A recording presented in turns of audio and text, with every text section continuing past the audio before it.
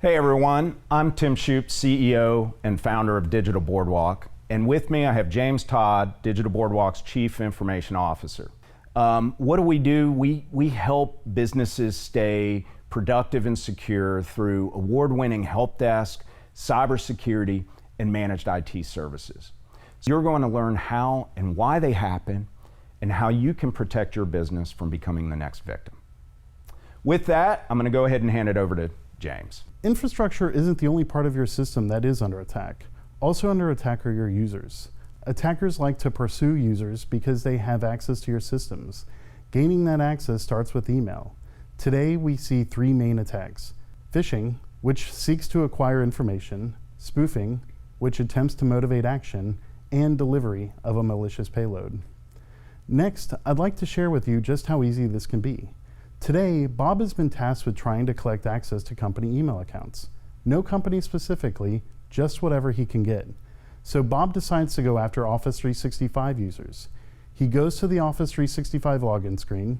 He uses his browser to copy the code and uploads it to his web server using a fake name that looks very similar to the real one. He then creates an email like what I have here. It states, "Your account will be disconnected from sending or receiving mail from other users."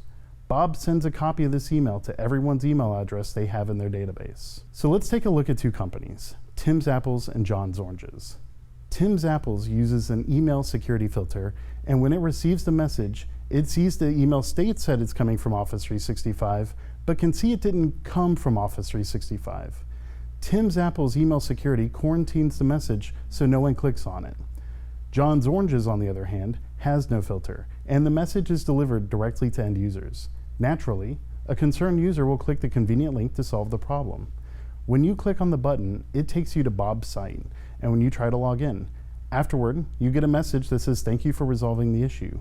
Well, now Bob has a copy of your username and password. He can go to the actual Office 365 login page and log in as you.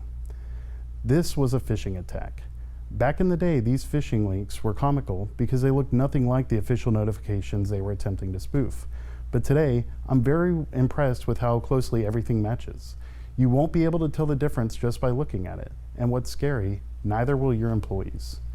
When an attacker is logged in as your users, they can read all of the sent and received messages, and they can send messages as your staffer. We've seen criminals create rules so messages are marked as read and moved to another folder upon receipt, so users won't see the emails coming in.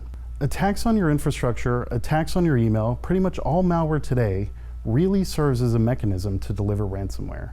As I mentioned previously, ransomware was really what enabled cybercriminals to make money.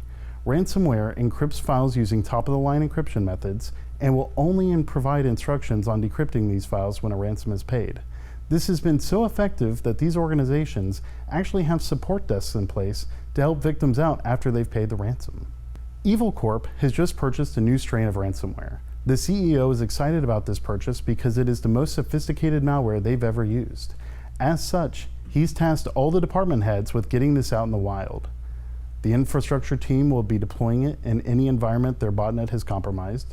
The web division has been tasked with embedding the payload in freeware, and Bob's been tasked with creating a new email campaign. Bob uses the credentials he got from his phishing attack to log in as the controller at John's Oranges.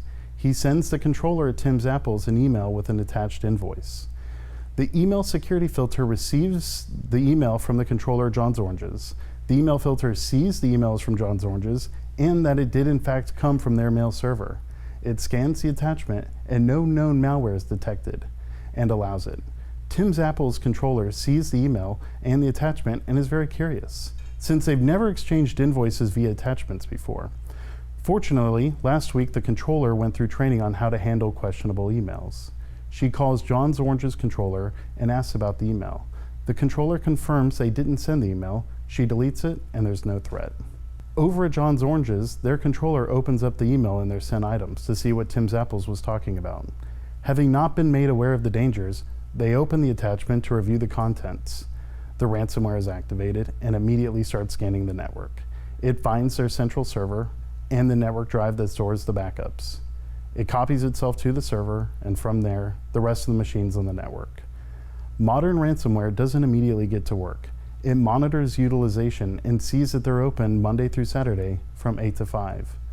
So at 11 p.m. Saturday night, it starts uploading the encryption key and the contents of their finance drive to a remote server. A week later, at the same time on Saturday, the ransomware deletes the contents of the backup drive and starts encrypting the files on all the machines. Monday morning, employees log into their computers, but they're unable to launch programs or open files.